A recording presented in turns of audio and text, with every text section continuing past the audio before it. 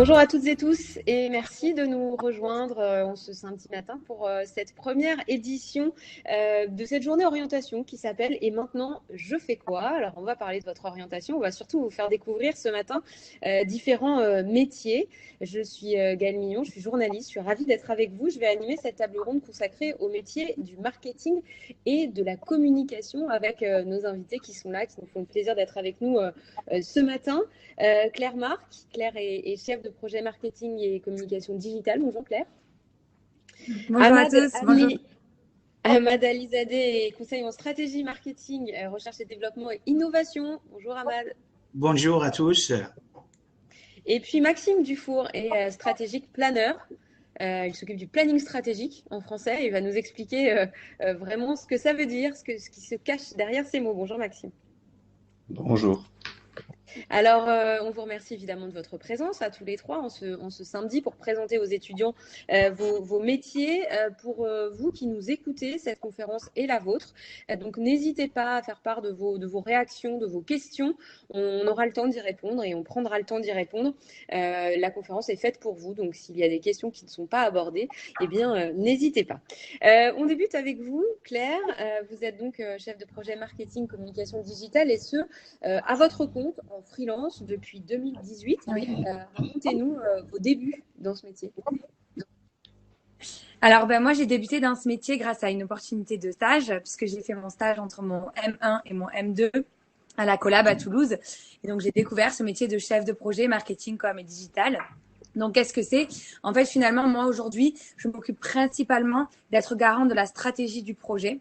Donc, c'est-à-dire que je suis vraiment en relation permanente avec le client pour m'assurer que ce qu'on produit, donc par exemple un site web, correspond à ses attentes. Je suis également garant des délais, donc je vais vraiment m'assurer qu'on respecte les délais qu'on s'était fixés, qu'on respecte la qualité qui était fixée et je vais vraiment servir en fait d'interlocuteur privilégié pour le client, mais également pour l'équipe de freelance qui travaillent sur le projet, donc par exemple des développeurs web, des graphistes, voilà, tous les talents dont on a besoin pour créer un site web aujourd'hui. Voilà, donc c'est ma majeure partie. Pardon. On y reviendra en détail sur cette mission d'aujourd'hui. Le processus qui vous fait en arriver là, et notamment les études, ce qui peut intéresser aussi nos étudiants, comment vous vous êtes formé avant de lancer votre boîte?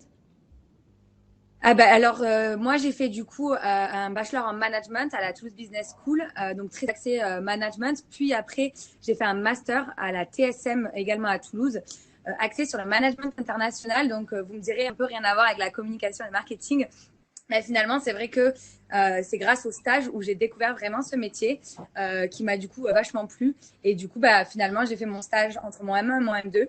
Et en fait, j'ai eu l'opportunité de me lancer en freelance à ce moment-là, en parallèle de mes études, pour garder les clients que j'avais déjà en stage. Et du coup, c'est ce que j'ai fait. J'ai saisi l'opportunité. Voilà. Donc, d'où l'importance de bien choisir ses stages aujourd'hui, même si des fois, on a l'impression que ça correspond pas exactement à ce qu'on fait aux études. Il y a toujours un lien, en tout cas, en termes de management. Voilà, moi, je m'y retrouve aujourd'hui en termes de management par rapport à ce que j'ai étudié précédemment. Voilà, il y a quand même toujours un lien, même si les études ne sont pas toujours en adéquation. Chez Maxime, les études, c'était des études de médecine au début. Alors là, le lien, il est un peu moins facile à trouver, Maxime. Oui, effectivement, c'est un parcours un peu moins linéaire, si tant est qu'il y a encore des parcours linéaires aujourd'hui. Moi, j'ai commencé par faire des études de médecine à Bordeaux, que j'ai fait donc 2 fois la première année pour passer le concours. J'ai pas réussi. Ensuite, donc comme j'avais quand même eu des bonnes notes, je suis passé en seconde année de biologie, où j'ai réalisé que finalement, les études scientifiques, c'était pas vraiment fait pour moi. Donc, j'ai dû me réorienter au bout d'une 3e année. Et en me posant un petit peu et en réfléchissant à ce que j'avais aimé faire au lycée, je me suis aperçu que j'avais toujours eu de l'attrait pour les matières scientifiques, pour le français, pour l'histoire, pour avoir de la culture générale. Et très vite, les études en communication sont apparues sur le radar parce que ce sont des formations où on vous demande d'être extrêmement polyvalent. Donc, j'ai voulu aller m'intéresser à ça et j'ai rejoint une école qui s'appelle l'EFAP en 2e année, où j'ai pu découvrir tout un panorama de tous les métiers de la communication, du journalisme, des RP, du marketing, de la publicité. Enfin, vraiment, on avait un très large panorama et c'est vrai que j'ai eu un coup de foudre un peu pour la publicité que avant j'envisageais comme un consommateur, enfin comme tout le monde. J'ai été confronté, et je trouvais ça pas forcément toujours très intéressant. Et en fait là, on a eu un professeur qui nous l'a vraiment montré en quoi la publicité était une des filles des sciences sociales et en quoi c'était très important de s'intéresser aux sciences du comportement et de l'humain. Et ça m'a totalement éveillé les yeux, ça m'a donné envie de continuer dans ça. Et donc j'ai passé le concours pour rejoindre le CELSA à Paris et j'ai terminé mes études au CELSA. Alors aujourd'hui, Maxime, vous travaillez pour le groupe Galiléo, le groupe des écoles ESG qui organise aujourd'hui cette journée d'orientation. Avant cela, vous avez occupé divers postes. Donc entre la médecine et le poste de stratégique planeur chez Galiléo, il y a eu encore des étapes. Dites-nous lesquelles. Oui, alors effectivement, moi, quand j'étais au CELSA, chaque année, on devait finir notre cursus par un stage. Donc, j'ai réalisé plusieurs stages, plutôt dans des agences de publicité et aussi dans des instituts d'études, des instituts de sondage, puisque c'est aussi une science du marketing qui est très utile en publicité, qu'on utilise beaucoup, puisqu'on essaye d'un petit peu de prévoir et d'analyser des situations. Donc, on se repose pas mal sur des études. Donc, j'ai fait des stages en agence de publicité, des stages en institut d'études. J'ai eu ma première expérience professionnelle dans un cabinet qui faisait des études, ce qu'on appelle des études qualitatives, c'est-à-dire pas des sondages, mais plutôt des focus group. Donc c'est plus des discussions avec des consommateurs sur une thématique donnée. Donc je travaille sur de la banque, voilà, on a aidé à monter par exemple on travaillait pour le Crédit Agricole qui voulait lancer une nouvelle offre à destination des jeunes. Et nous on a recruté plein de jeunes pour leur demander quelle serait la banque idéale pour eux, etc. Puis commencer à leur faire tester des premiers outils que le Crédit Agricole avait mis en place. Ça, par exemple, c'est des missions que j'ai pu faire dans mon premier job. Et puis, comme la publicité et la création me manquaient un peu, puisque quand j'étais en institut, un peu en amont dans du marketing pur et dur, j'ai rejoint ensuite le groupe Havas au poste de planeur stratégique. Dont on va parler un petit peu après. J'ai rejoint le groupe Havas, donc où j'ai plus travaillé sur les campagnes publicitaires pendant 4 ans. Puis ensuite j'ai fait un peu de freelance moi aussi comme Claire pendant 2 ans, être consultant en freelance auprès de petites marques ou d'agences. Et là, récemment, donc j'ai rejoint le groupe Galiléo Global Education, qui est le groupe qui a derrière les écoles ESG, qui possède tout un nombre d'écoles aussi en France, au sein du service marketing communication. Et donc, au sein de ce service-là, chez Galiléo, vous êtes donc maintenant planeur stratégique, stratégique planeur en anglais, on aime bien les mots anglais. Concrètement, qu'est-ce que vous faites ?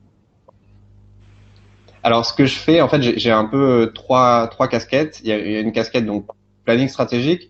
Planning stratégique, en fait, c'est un métier qui vient d'agence historiquement.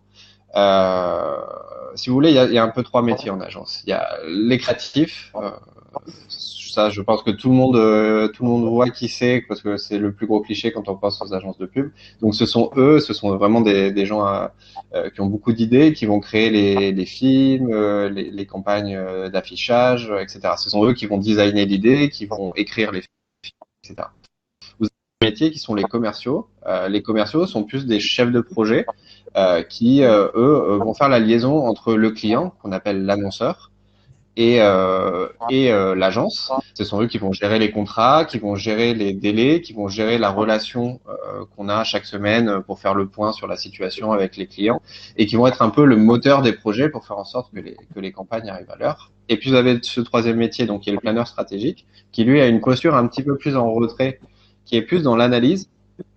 Et en fait, son rôle, c'est vraiment d'observer, d'une part, quand vous travaillez pour une marque, qu'est-ce que cette marque a d'unique dans son patrimoine ou dans les produits qu'elle développe, dans les offres qu'elle développe, qu'est-ce qu'elle a d'unique. Essayez de regarder aussi les concurrents et les futurs défis de cette industrie, quels sont les enjeux qu'il y a sur un marché. Et puis troisième troisième pilier de la table, je dirais, c'est aussi s'intéresser beaucoup aux consommateurs et s'intéresser aux clients. Qu'est-ce qui se passe dans leur vie, quelles sont leurs appréhensions vis-à-vis d'un secteur, quels sont les freins éventuellement, et donc à la conjonction de la marque, du marché et des consommateurs, on essaye de trouver une tension.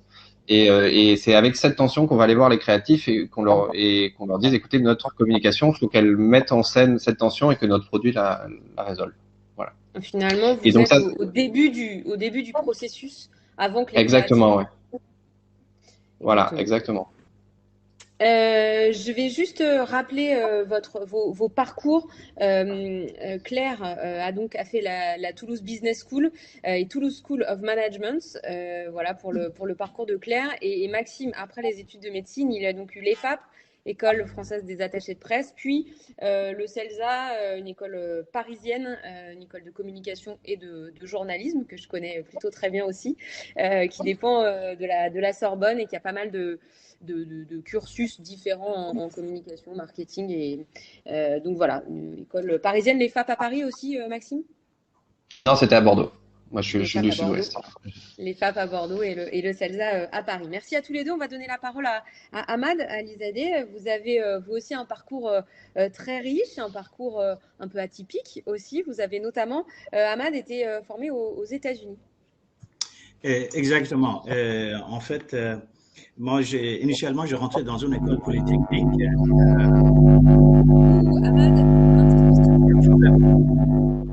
Il y a un souci quelque part chez vous. Il faut régler ce petit souci. Attends, c'est bon? C'est bon maintenant? Non, c'est pas bon. Encore? Non. Tu dois avoir un écho. Oui, il y a un écho. Il n'y a pas quelque chose d'ouvert quelque part? Non, il n'y a rien ouvert. Je suis étonné. Je m'excuse. Hein. Il n'y a rien ouvert. Alors, je vous laisse essayer de régler le souci en éteignant votre micro. C'est le micro de l'autre côté. Non, j'ai baissé le micro. Ouais, je ne sais pas si vous m'entendez. On vous entend, mais très mal et avec un grésillement qui est assez pénible. Je veux bien que vous éteigniez votre micro, Ahmad, que vous essayez de régler le problème. Moi, je continue avec Claire et Maxime et j'essaie de vous reprendre dès que ça fonctionne. D'accord. Éteignez votre micro en attendant, s'il vous plaît. Voilà, parfait. Voilà, en fait, c'est votre côté. Maintenant que vous avez passé, il n'y a aucun bruit chez moi. Ah, bah c'est mieux là. Il n'y a aucun bruit chez moi maintenant. Dès que vous commencez par moi, il y a problème de parasites. Est-ce que c'est bon là? Maintenant, c'est bon. Bon, eh ben parfait. Alors, parlez-nous de votre parcours. Voilà, comme je disais, j'ai un parcours un peu atypique. Hein. J'ai commencé l'école de Polytechnique aux États-Unis à Georgia Tech. Et quelques années après, avant de finir mon école, en fait, parce qu'aux États-Unis, il y a une coutume, les entreprises, ils viennent dans le campus, on appelle ça top 10. Georgia Tech, c'est considéré une des universités, on peut dire, classées. D'accord? Et j'ai fait l'entretien avec l'entreprise concernée et effectivement, derrière, ils m'ont fait une proposition. Et en même temps, j'ai fait mon master à notre université polytechnique, Indianapolis, Purdue University, et ensuite, j'étais approché par Siemens. J'ai parti au Canada. J'ai travaillé en tant que responsable ou manager de Advanced Engineering. Okay? Toujours dans le domaine R&D, toujours dans le domaine de développement de produits pour les marchés automobiles. Et ensuite, j'étais approché par TRW. C'est vraiment, comme je disais, atypique. J'ai jamais fait le CV dans ma vie. J'étais approché par TRW, et j'ai pris les directions en petit département de projet. Et ensuite, Valeo, équipementier automobile français. Je connaissais quelqu'un à Detroit. Il m'a contacté via de chasseurs de tête. Il m'a contacté. Il m'a dit, Ahmad, on souhaite te rencontrer. On a une proposition à faire. Après les suites des discussions, finalement, avec beaucoup de persévérance de la part de Valeo, j'ai accepté le job. C'était directeur en tant que direction de groupe moto-ventilateur, parce que si vous connaissez Valeo, il est dizaines de branches. dans une dizaine de branches, on a différents produits. Les branches concernées que moi j'étais embauché pour, c'est des branches thermiques moteurs. Valeo, à l'époque, en 91, fabriquait des radiateurs et condenseurs, et on appelle ça charger cooler. Ça veut dire toutes les pièces de l'échangeur. Et ils m'ont embauché pour développer ce système, on appelle ça cooling fan system, pour vendre le système, c'est-à-dire module complet de système refroidissement. Ça veut dire pas seulement radiateur. Alors, dites-nous simplement, Ahmad, est-ce que vous connaissiez très concrètement ce secteur, ce domaine, pour travailler secteur de marketing, il faut un peu, non?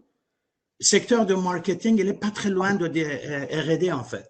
Quand tu parles de marketing, tu parles de marketing de produits, le marketing de services. Quand tu es dans R&D, qu'est-ce que tu fais? Tu développes le service, tu développes le produit, tu travailles avec le commercial, tu rencontres les clients pour présenter ton projet. Ça veut dire, quand j'ai des projets, le produit que tu as développé, parce qu'il amène, normalement, tu travailles avec commercial. Quand tu es, par exemple, contact avec client, tu es toujours avec le commercial. Moi, j'ai aimé ce contact en fait, face à face avec client. Mais il faut savoir parler des moteurs thermiques, Ahmad. C'est pas évident quand même.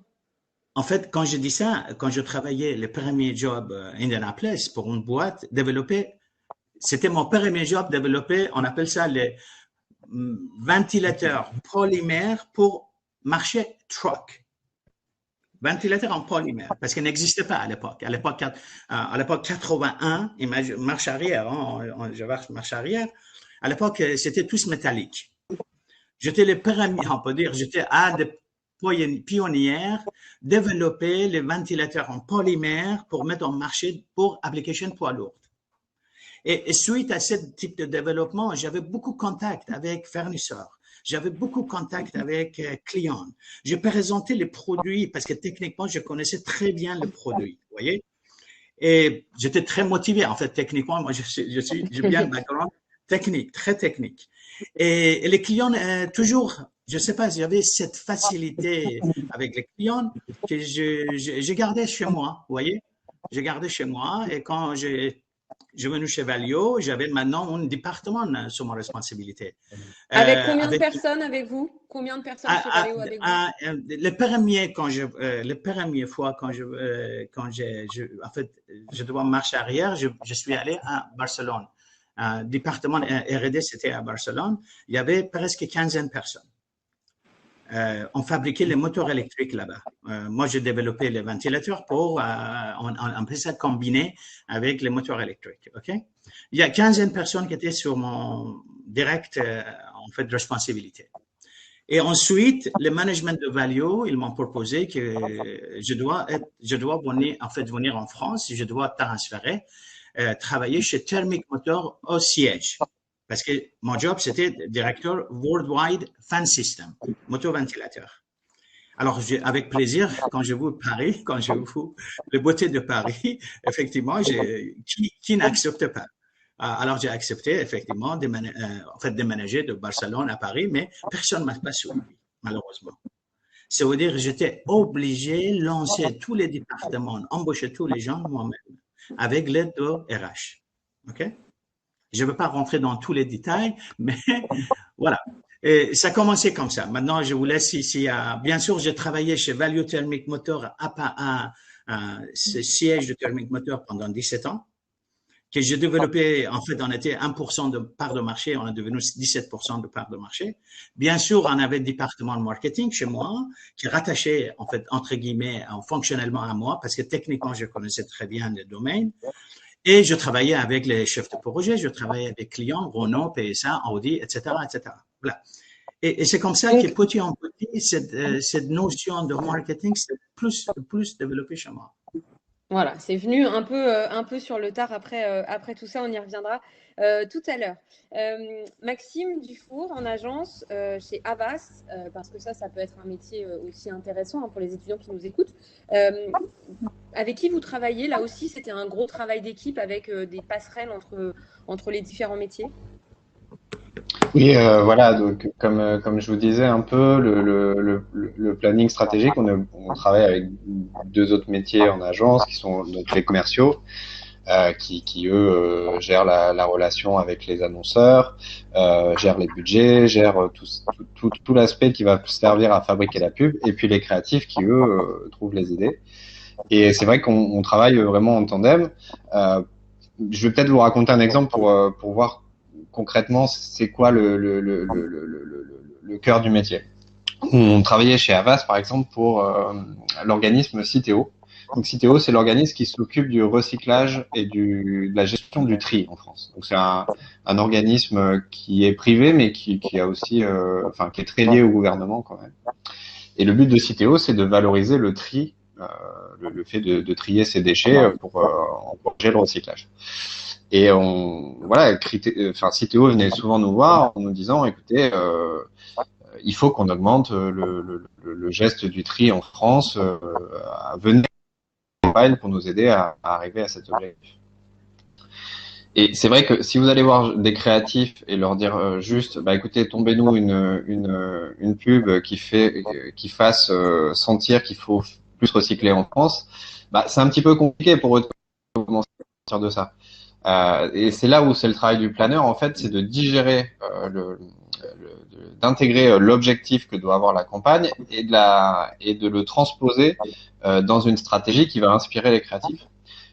Donc là, par exemple, moi, quand le client nous a donné ce brief, on s'est plongé un petit peu dans les études et ce qu'on s'apercevait, c'est que globalement, il y avait quelque chose qui était pas très, qui était un peu contre-intuitif, c'était que les gens qui se sentaient le moins concernés par le tri et en faisaient le moins finalement, souvent c'était des gens qui habitaient dans des grandes villes, qui avaient un niveau socio-professionnel assez élevé, ce qu'on pourrait appeler, je grossis le trait, mais les bobos. Et on s'apercevait que quand on s'intéressait à ces gens-là, finalement ils se sentaient assez peu concernés par le tri et beaucoup moins que des générations plus jeunes ou au contraire plus âgées dont on dit eux ils ont grandi en faisant pas du tout attention à la planète, c'est pas du tout intégré dans leurs gestes, alors que finalement quand on regarde les études, pas du tout.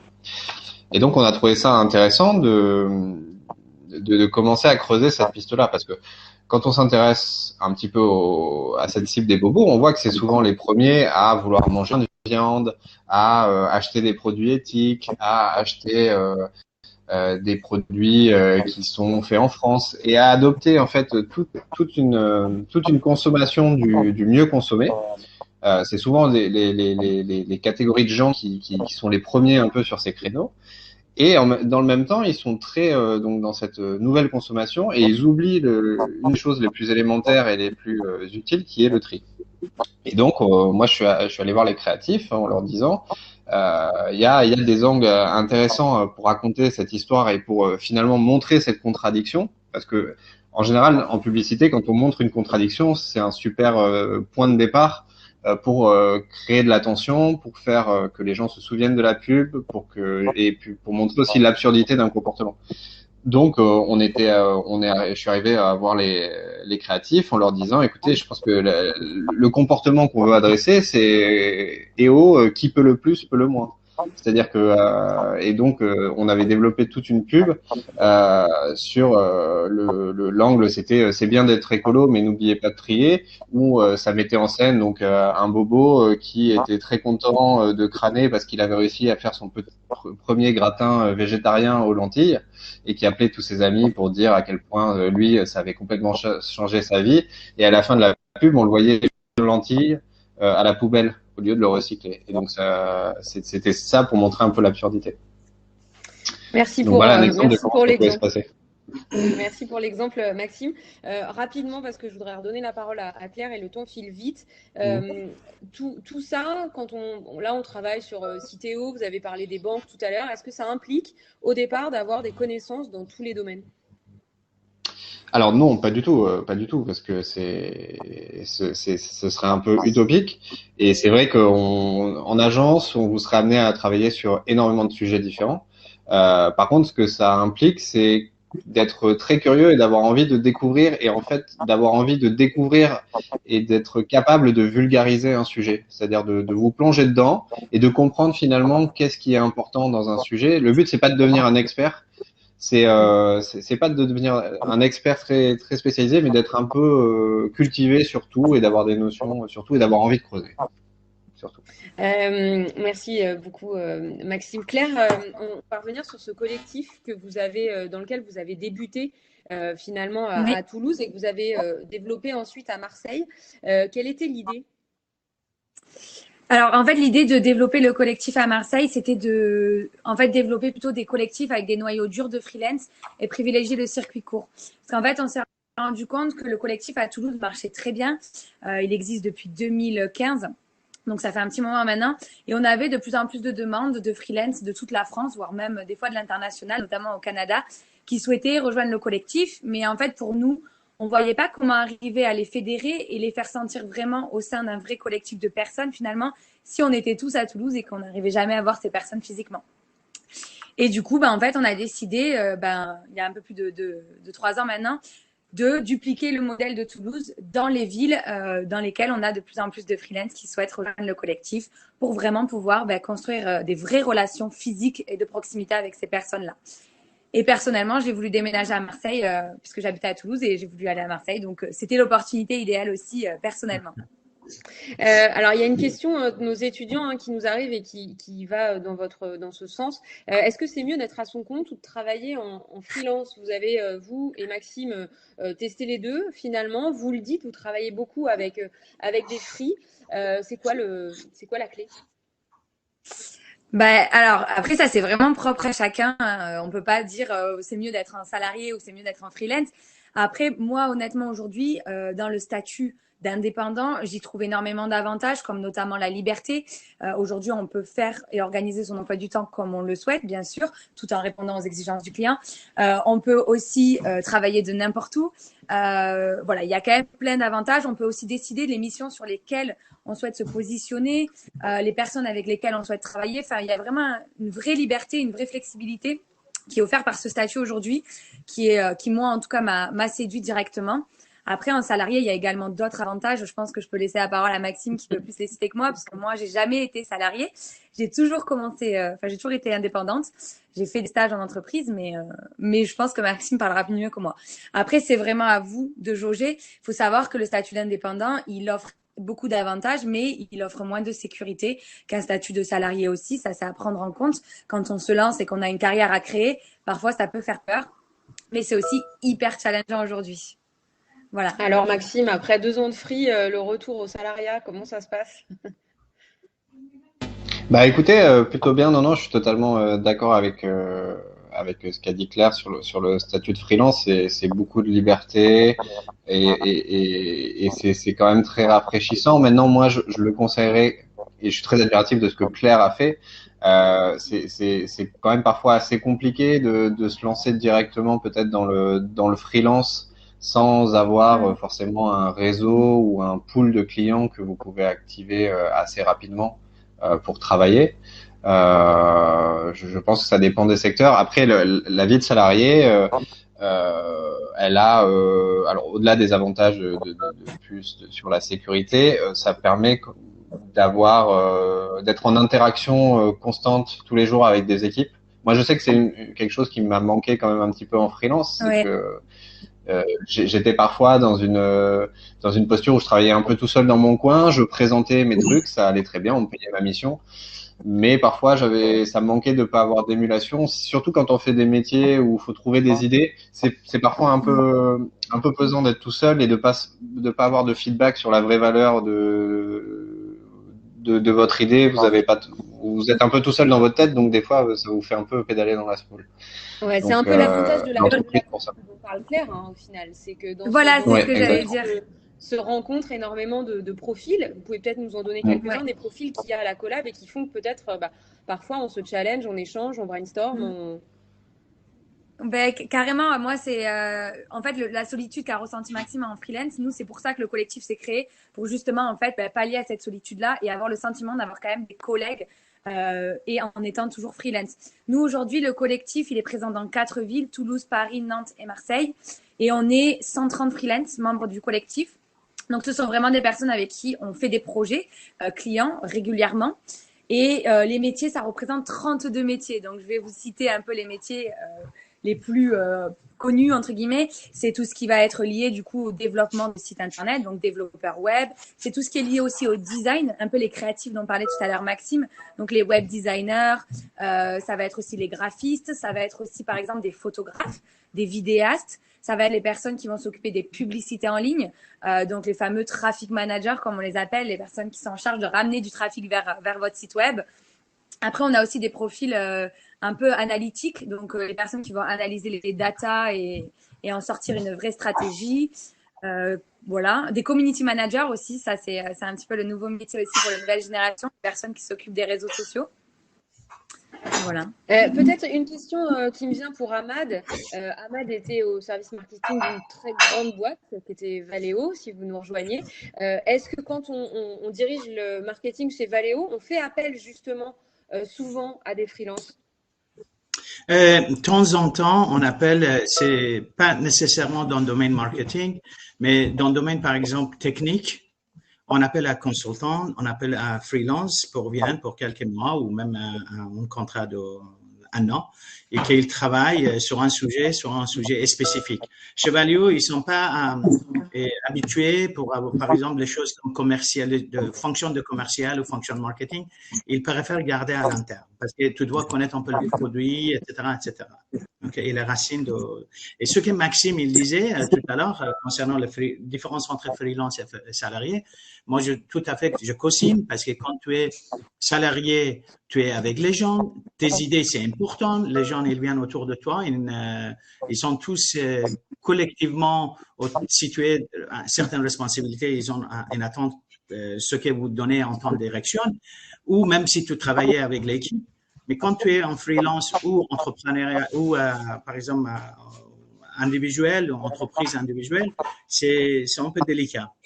Tu dois motiver toi-même tous les jours, prendre contact avec les clients, organiser les réunions, tu es les chefs d'orchestre, tout. Voilà.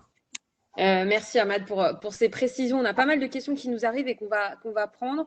On dit souvent, et c'est un étudiant qui nous dit que ce secteur, le vôtre, le marketing, la com, est un peu bouché. Est-ce qu'il y a des opportunités encore aujourd'hui, malgré la crise qu'on a traversée? Et est-ce qu'il y en a beaucoup et dans quel domaine, Claire, Maxime? Alors, moi, si je parle freelance, c'est vrai qu'aujourd'hui, avec la crise sanitaire, ça a accentué le fait que les personnes veulent vraiment se lancer à leur compte. Moi, je dis toujours que le gâteau, il est assez grand pour tout le monde.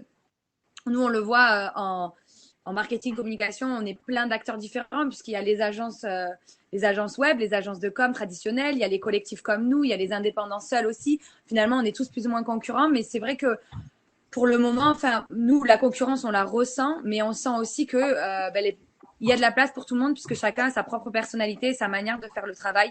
Donc, bien évidemment, il faut trouver une différenciation. Il faut trouver qu'est-ce que nous, on apporte de plus que quelqu'un d'autre. Ça, c'est vraiment la clé. Mais après, je pense aussi que c'est une question d'opportunité, c'est une question de vie, de timing. Mais je pense que pour moi, en tout cas aujourd'hui, il peut avoir de la place pour plein de personnes, mais il faut bien choisir ses stages quand on est en école. Voilà, ce genre de... Moi, je trouve que les stages, c'est vraiment capital aujourd'hui si vous voulez vraiment construire votre expérience. Ça amène une autre question sur les stages, justement. C'est pas forcément simple de trouver des stages, notamment en ce moment. Est-ce que vous avez, Maxime, peut-être des conseils à donner aux étudiants dans la recherche de leur stage? Le conseil que je pourrais donner, c'est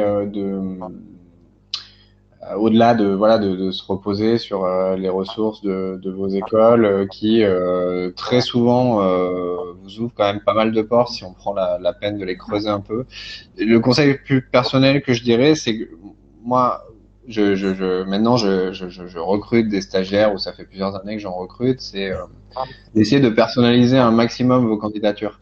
Et par ça, je veux pas dire de faire des choses extraordinaires. Enfin, on a tous en tête les gens qui font des CV sous forme de gâteaux ou de choses comme ça. Je parle pas forcément de ça. Je parle juste que voilà, quand vous écrivez un mail à un recruteur ou à la personne qui dirigerait le service vers lequel vous avez envie de vous diriger, creusez bien avant quelles sont la problématique de l'entreprise. Ça se voit très vite quand c'est un mail générique en fait.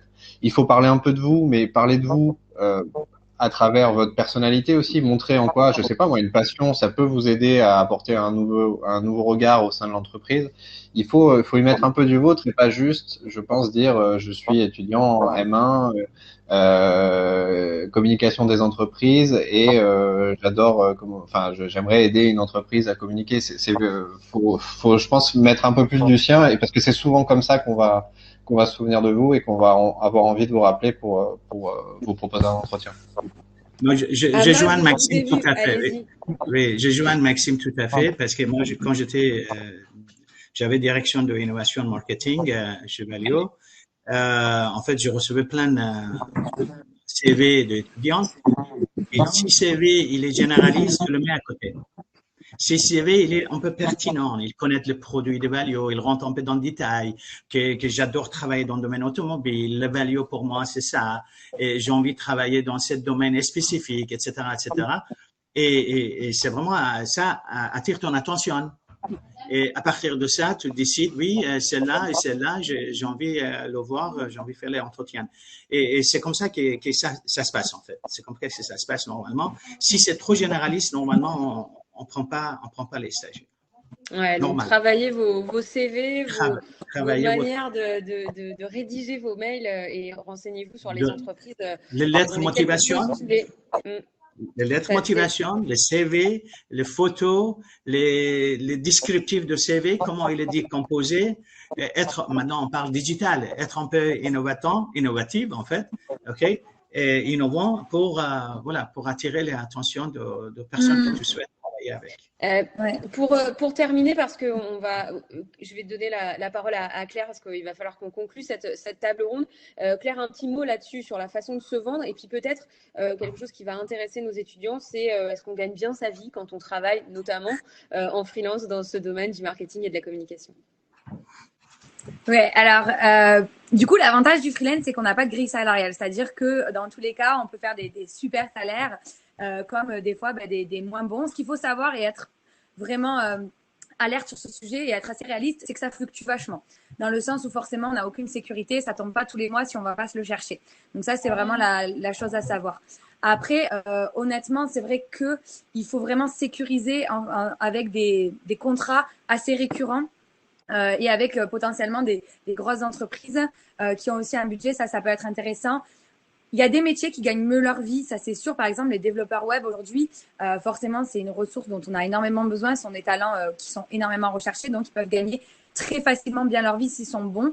Il y a des métiers qui sont un peu plus concurrentiels, comme par exemple rédacteur web, ce genre de métier, où là, du coup, on peut mettre un peu plus de temps. Nous, ce qu'on dit aujourd'hui, c'est qu'un freelance, il met à peu près 3 ans à très bien gagner sa vie, enfin, à gagner bien sa vie et en vivre de manière très satisfaisante. Après, ça peut arriver avant, ça peut arriver plus tard.